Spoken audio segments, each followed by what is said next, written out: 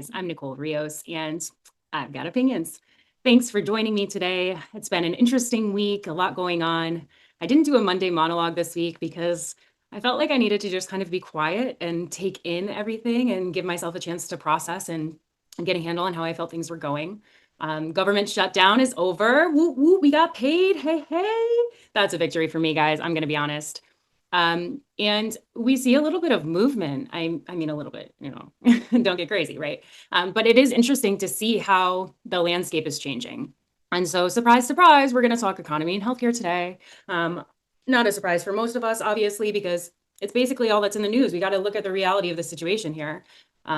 So I'm going to go a little bit over that. And I've been thinking that maybe moving forward, I do a Friday finisher. For any of my workout clients, they know that a finisher is something that absolutely crushes you at the end of a workout. So this wouldn't be that, but it would be a closeout to the week, just because I feel like it gives me more time to look back and assess what has gone down. And so stay tuned. I think that's what today's the prototype. So the first thing that I want to talk about is the tariff situation, the economy. I hear a lot on the news and in articles and with people I'm having conversations with that while there are some things that have improved, there are other things that haven't, namely grocery prices and some of the regular goods that we're buying on a regular basis. And it has come up within the last couple of days that we have created kind of a deal on tariffs with 4 countries from South America and Central America, namely Argentina, Ecuador, El Salvador, and Guatemala. And there are people in an uproar saying, this is proof that tariffs don't work, et cetera, et cetera. It's not helpful if you have to make single case agreements for each type of market, which I get. I guess my feeling on this situation is, all this says to me is that Trump has his pulse on Americans. And there is an ear to the ground somewhere that's hearing, hey, we're not feeling this improvement in the economy. We're still feeling like things are expensive. What improvements have been made in like energy and gas isn't trickling down into all of the goods that we need on a regular basis. And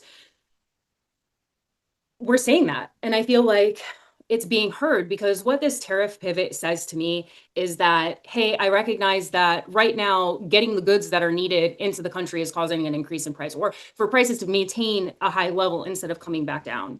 And I'm going to try and ease that pressure. That's what I see happening here.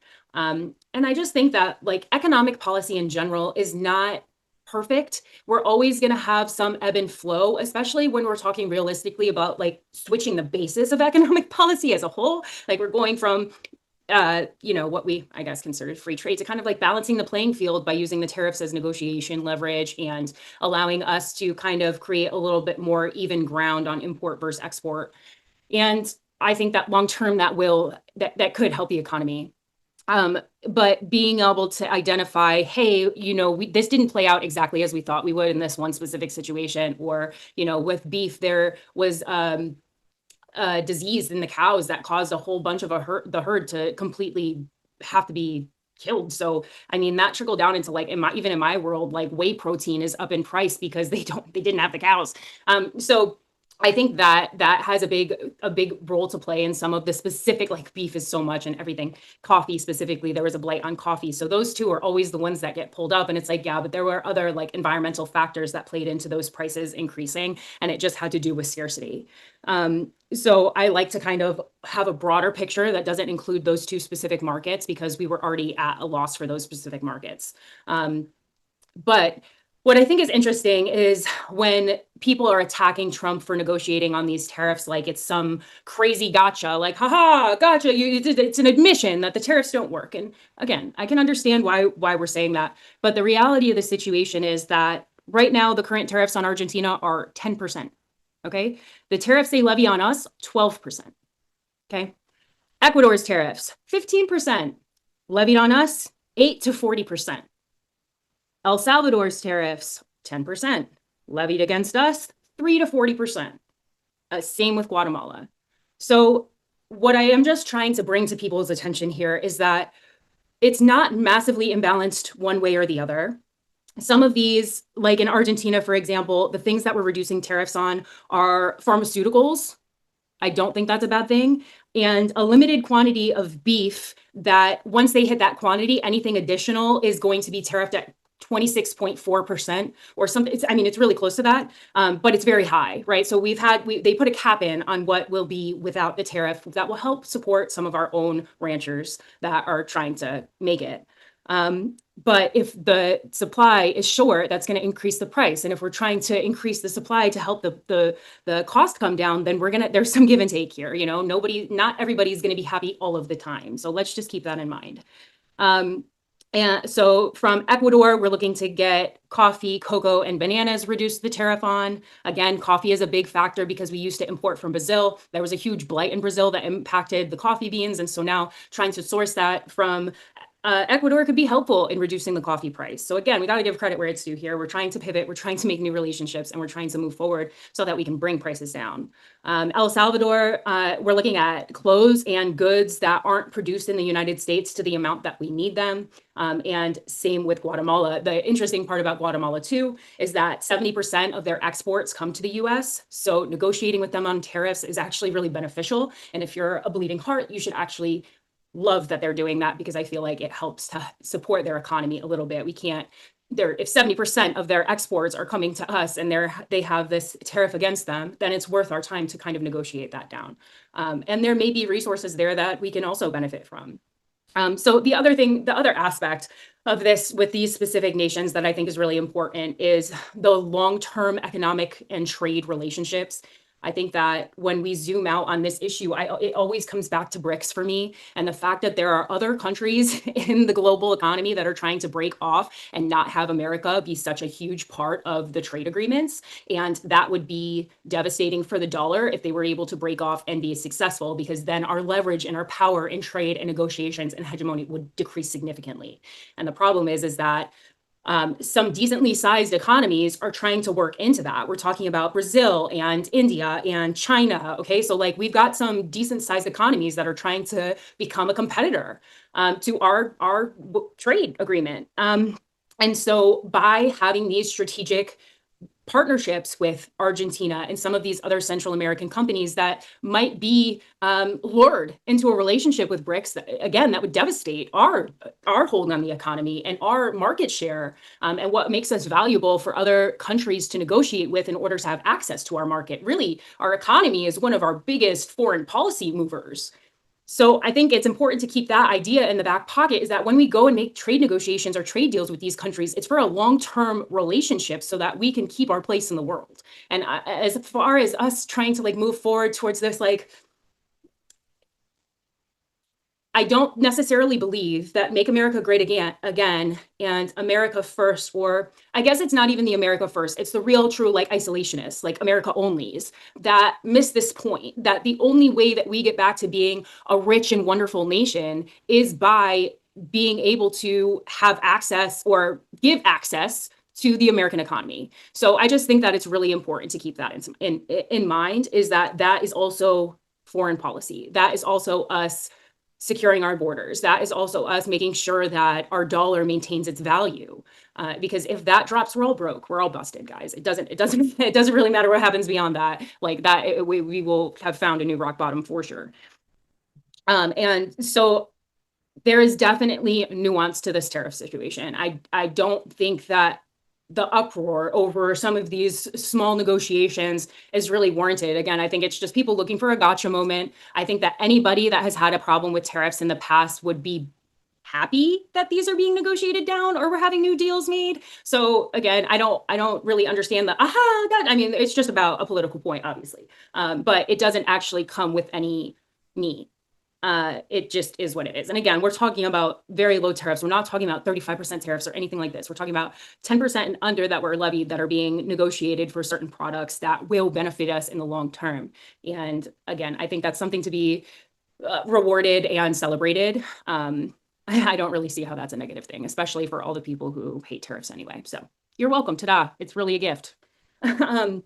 So then the next thing that I want to talk about is the healthcare situation, because obviously here we are. It's going to need to come up for a vote. It's come to everybody's attention that this is going to be a massive issue. Subsidies are, on the table. So I think that what I think is interesting is how healthcare was never really a Republican platform issue. This was definitely a long-term Democratic situation. It has always been something that, the Bernie Sanders of the world have always tried to push for universal healthcare, and having Medicare for all and programs like that. So it's interesting to me to see that this really does seem like a turning point for 26, even 28. We saw it used in a lot of ads for the election that just passed in Virginia and New Jersey and New York. And we can see that it's going to be a huge issue on both sides moving forward. So I found this study done by the NIH. Well, it's an aggregate study, so the collective analysis was done by NIH. And it said that when people feel let down by their healthcare, that they are less likely to vote because they have distrust in institutions. And I think we can all admit that over the last period of time, we've developed a significant distrust in our institutions, and we have a right to question everything. And so the second part of this is that they will only engage in a democratic process if they believe that it works. And the problem with having such a massive distrust in the institution is that if they don't think it works, they're not going to show up to vote. And so after thinking about this, as this was framed in the specific context of healthcare, I also zoom out on it and look at how that lays across everything, because we all know with negative sentiment, you're not getting a vote. And based on that framing, when I look at how Trump got all these voters out, because there was a gap of 3,000, or I'm sorry, there was a gap of 3 million people who voted for Trump who aren't registered Republicans. So we have Trump voters that are not Republican voters, okay? And what I'm looking at is the fact that all of these people that felt disenfranchised with life, or that the system wasn't working, or anti-establishment in general, generally a populist kind of situation, is that that person only voted because they felt like Trump showed up and said, I'm going to shake it up.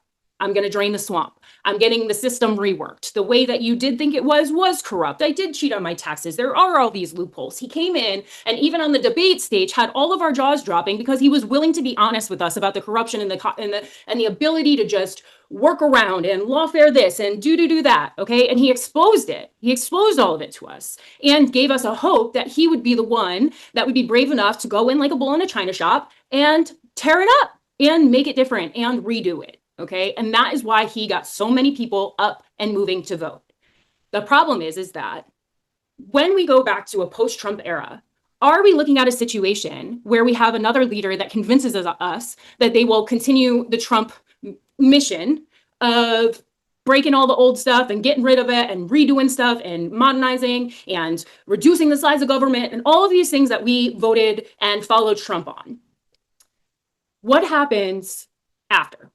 Because if we go back to politics as usual, which is, I don't know, I'm not convinced that that happens. I think that we have just come into the age of politics as big characters and social media this and meme that. And I don't know if we back off. I don't think we get out of that.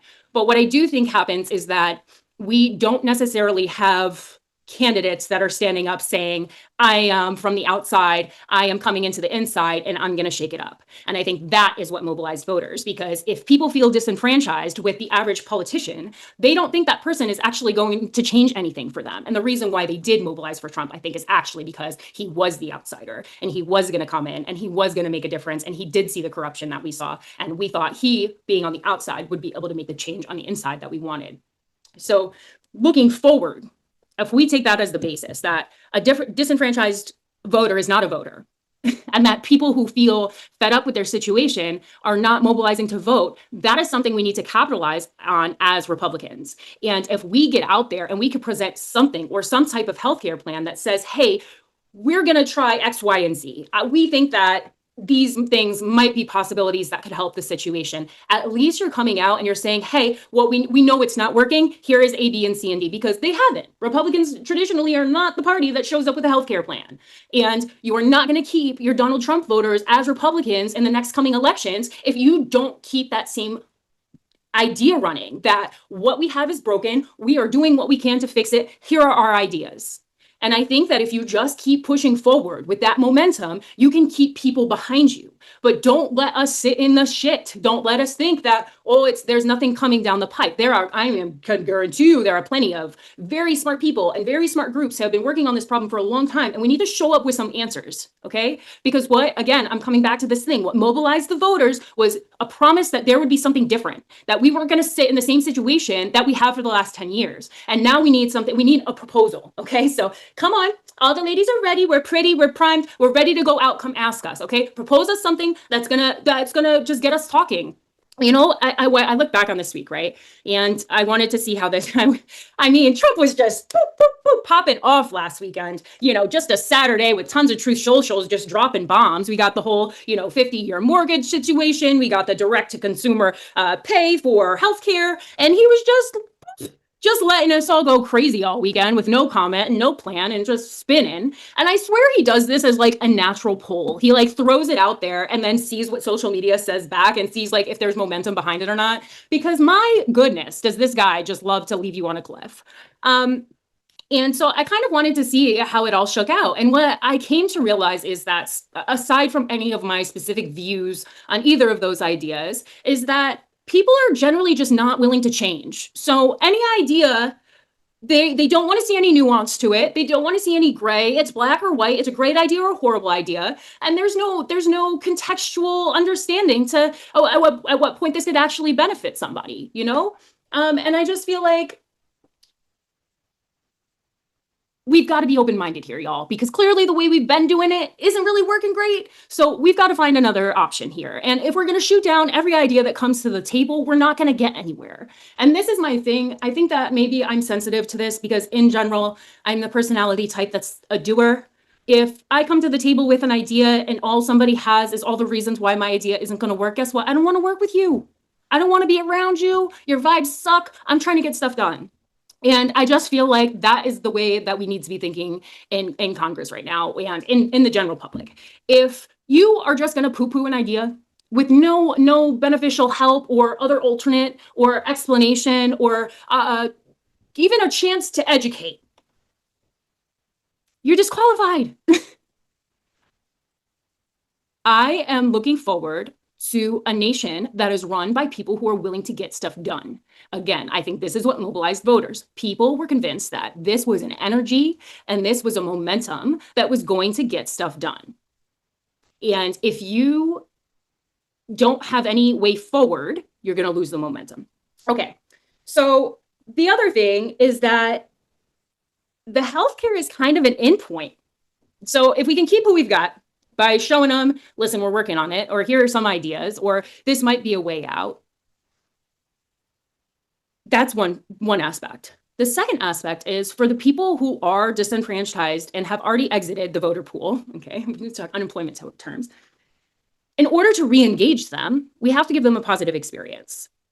And the reality of the situation is that if we can establish trust with people who are not voting via healthcare, because people who view healthcare. So this was an interesting step. It said that disabled people and people with poor health led to a decrease in voting rates by double digits. This leads to them losing representation and then losing power in their vote. If people think that Republicans don't care about their healthcare or aren't doing anything to change it, you can guarantee we lost them.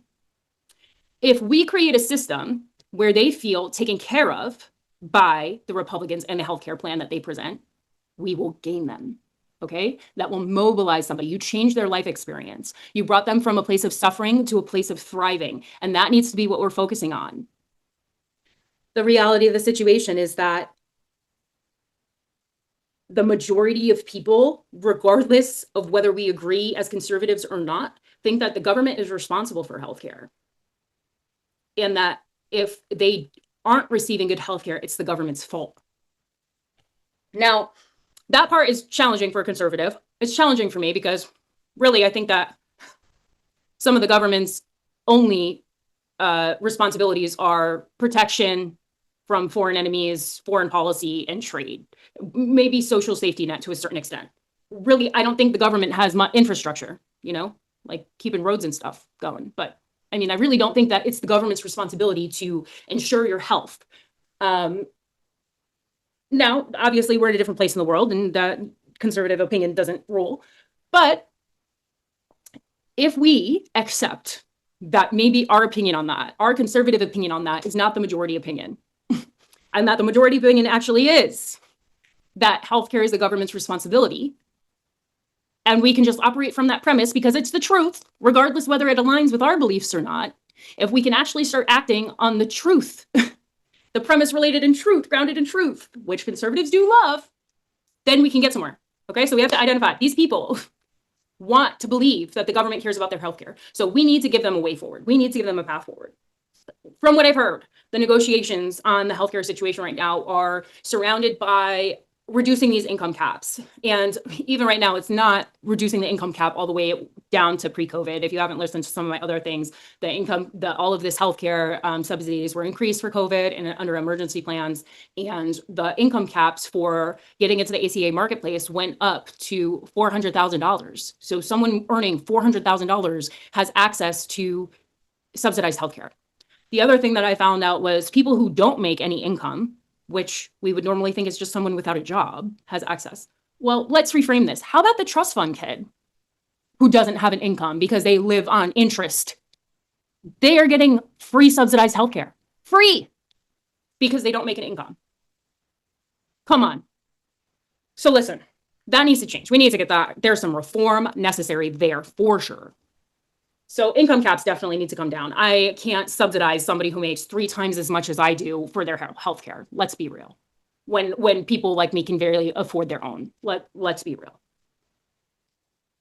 Second, they're looking at changing risk pool factors so that people who are healthy aren't as responsible for people who are not. And then this whole direct pay situation where instead of subsidizing the plans by paying the insurance companies directly, the government would create some type of HSA account or a health savings account, basically. And what those accounts are is you can put money into them without it being taxed as long as it's used specifically for medical services.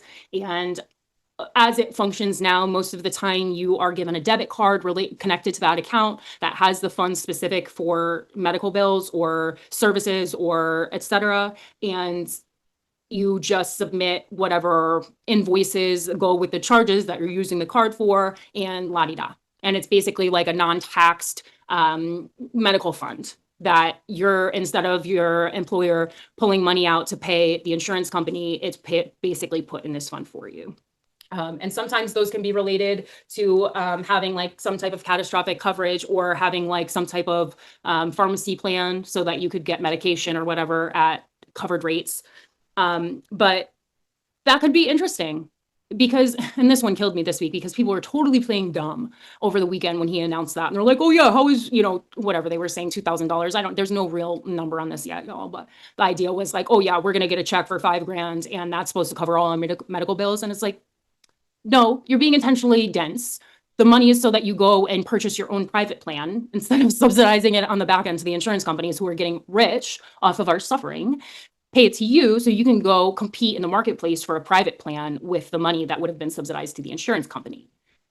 I think there's value there. I mean, I don't see why that's not valid. I think that the problem we have then is the unintended consequences, the exit from the ACA marketplace. How does that collapse? How does that have an impact on the economy? How do the insurance companies absorb the income loss? Does that end up getting passed forward in a premium hike anyway? Is there any leverage that the government can have on the insurance companies to prevent them from doing that? Is there any existing legislation that can be levered to protect the consumer? I think those are all questions that I would like to see answered, and I'm sure are being asked because it's a hard problem to solve. I mean, healthcare hasn't been solved because of all of this, right? So I just think that if we can solve some of these problems, or at least address the fact that we are looking into them and express that we understand that people are hurting and that there are so many things happening that we are moving forward on, I think that, again, people are emotional creatures. You have to connect with their emotion in order to appeal to them. And while we can't assume that people don't understand the mechanisms of reducing the price of a good. They do understand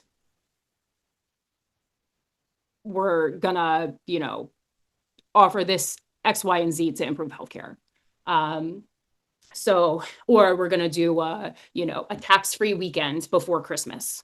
Okay, I know that is state by state, but maybe there could be some federal incentive for the states to offer that. Or I don't know. But let's figure it out, because we got to come to the table with some options. Traditionally, Republicans have not been the party of healthcare. That has to change if we want the Republicans to keep continuing to thrive and win, because people are going to need it. It's going to come down to being the changing factor in 26 and 28. And if we want to maintain Trump voters that moved because we felt that Trump was going to change the status quo, then we need to continue changing the status quo. And it needs to be done not in a haughty fighting on social media kind of way. It needs to be done in a really practical policy kind of way. And we need to get back out of the dramatics and back into Congress and making policy that actually will have positive impact on people. We need to codify some of these executive orders. We need to get to freaking work, boys and girls, because it's been a show. You've been showing the heck off for a good 2 months now, and it's time to get to work. We're tired of it. You've done all your drama, you've done the posturing and the flaunting, and we're freaking over it. It's childish. We're talking about people's benefits. We're talking about people's paychecks. We're talking about people's healthcare. Neither of y'all have been able to figure it out. So guess what? Nobody loses if you both show up to play. Nobody loses if you both come together on some bipartisan deal. If it doesn't work out, then guess what? Nobody has a finger and both people tried to help. But Republicans need to be the one leading the way. We need the voters. We need the people to believe that we're going to go in and change something instead of all this infighting. We need to focus on the way forward. I can tell you one thing. The majority of us care 0.4 freaking percent about the drama with the talking heads in our party, okay?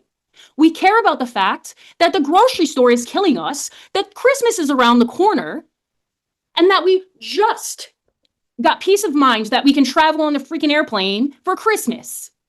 Okay? So give me a break on the Epstein stuff. Honestly, y'all don't care. Seriously. He's dead. The victims are not going to be saved at this point. It's a posturing, nonsense, baloney-ness. Both sides have had the ability to make this and expose it and make it a big thing. Neither did. That tells me all I need to know. Okay? Let's go forward. Let's move on. We need to stop being distracted, and we need to start moving forward in policy. We need to start moving forward in the stuff that's going to make a difference, and Republicans need to make a name for themselves when it comes to coming up with healthcare solutions. You need to be the party of healthcare solutions. And that is the only way we're going to continue this ride. Disenfranchised people do not vote. People that feel like their vote doesn't matter don't vote. I've been floored to hear how many people didn't vote in 2024 because they didn't think it was going to matter. That's horrific.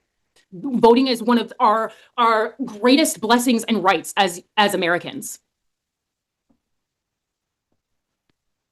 So let's remind people what it means to be a patriot. Let's remind people what it means to be an American. Let's remind people that Republicans do care about people, and that the redefined Republican Party that understands and cares for the middle class is actually going to show up and do something for them. Because here's the thing that I think is interesting, is that the Republican Party got the blue collar vote in 2024 because the working class believed that President Trump was going to do the best for us. Okay? If we find out that's not true, and we're busting our butts working every day, and we're watching y'all get paid for not freaking working, for shutting the government down, and we're busting ass not getting our check, and y'all aren't working? No blue collar worker has any respect for that shit. None. And the hold you had on the working class will slip so fast if you remind us that you don't actually care. So, buck up, Buttercup. Time to put the working boots on. Let's go.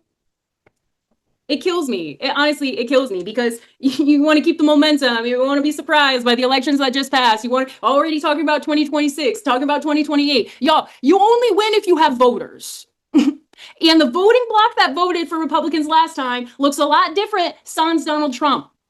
Okay? And if you go back to the traditional Republican platform, you're done. Even though the Democratic nominees are horrific. But the reality of the situation is that we are watching our country move more and more towards socialism, which says to me, more and more people feel like they're not being taken care of. And I'm not handing my country over to communists, so get it together, okay? Again, I'm a conservative. I don't think it's the government's responsibility to be doing all this. However, the majority of Americans do. So we've got to get our head out of the sand and identify that if we want to keep the working class and we want to keep the middle class, especially going into AI, and especially going into all these other economic situations that are about to happen. Listen, all this foreign investment coming in for all of these new manufacturing facilities and Listen, there's a lot of construction jobs for that. There's a lot of blue collar workers that are beginning getting jobs. Okay, so that's wonderful. But if that same person is paying $3,000 a month for their health insurance, guess what? They don't feel that good. They felt better on unemployment and Medicare, okay? So if we want to motivate people to be out working and to not be on the government tit, then we need to ensure that we're finding a way out for them. Because I can tell you, the middle class is busting ass. We're trying really hard. We're working like 3 jobs. We got the gig situation going. Help us out, guys. Seriously, help us out. Show up. Vote on something that's going to help us all. Stop the, I mean, I know it's politics, so what in the world can I expect? Again, my naivete, but I want to see us win. I do. I want these values to stay in the country for the sake of my son and the sake of the future of this country. So that's what I think. Those are my opinions. I hope you guys have a great weekend. I will leave you with this takeaway.